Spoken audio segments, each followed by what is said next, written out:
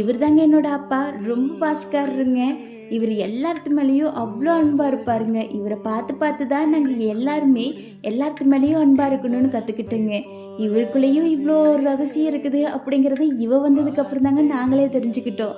இவ வந்ததுக்கப்புறம் எங்கள் அப்பா ஒரு குழந்த மாதிரி நடந்துக்க ஆரம்பிச்சிட்டாருங்க. அவ கூட சேர்ந்து விளையாடுறது, அவளுக்கு ஏதாச்சும் பொறிச்சு கொடுக்கறதுன்ட்டு ரொம்ப குழந்தைத்தனமாக நடந்துக்கிறாருங்க. அவளும் இவரோ மாதிரியே தான். இவரை விட்டு கொஞ்ச நேரம் கூட இருக்க மாட்டேங்கிறாங்க. அவர் இல்லைன்னா இவ சோகமாயிடுறாங்க. அதெல்லாம் பார்க்கும்போது எங்கள் அப்பாவுக்கு ஏதோ தன்னோட பேத்தி மாதிரி தோணுது போல இருக்குதுங்க. அதனாலயே இவ மேலே ரொம்ப பாசமாக இருக்கிறாரு. இவரும் அதே மாதிரி தாங்க. எங்கேயாச்சும் வெளியே போகிறதுனா கூட எங்ககிட்டையும் கூட சொல்ல மாட்டார். அவகிட்ட போயிட்டு வரேன் சாமி அப்படின்ட்டு போவாருங்க. அதெல்லாம் பார்க்கும்போது என்னப்பா நீங்களாப்பா இது அப்படிங்கிற மாதிரி இருக்குங்க. இன்னைக்கு எங்கள் வீட்டோட மகாலட்சுமிக்கு கொஞ்சம் கொம்பு முளைச்சிருக்குதுங்க. அது எங்கள் அப்பா கிட்ட வந்து காமிச்சிட்டு இருக்கிறாங்க. எங்கள் அப்பாவும் பார்த்துட்டு உனக்கு கொம்பு முளைச்சிருச்சாடி அப்படின்னு சொல்லிட்டு அதை நீவியெல்லாம் விட்டுட்டு இருக்கிறாருங்க.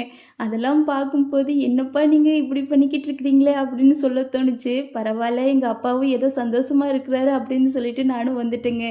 எங்களோட வீடியோ உங்களுக்கு பிடிச்சிருந்துச்சுன்னா ஒரு லைக் பண்ணிவிட்டு சப்ஸ்கிரைப் பண்ணி வச்சுக்கோங்க.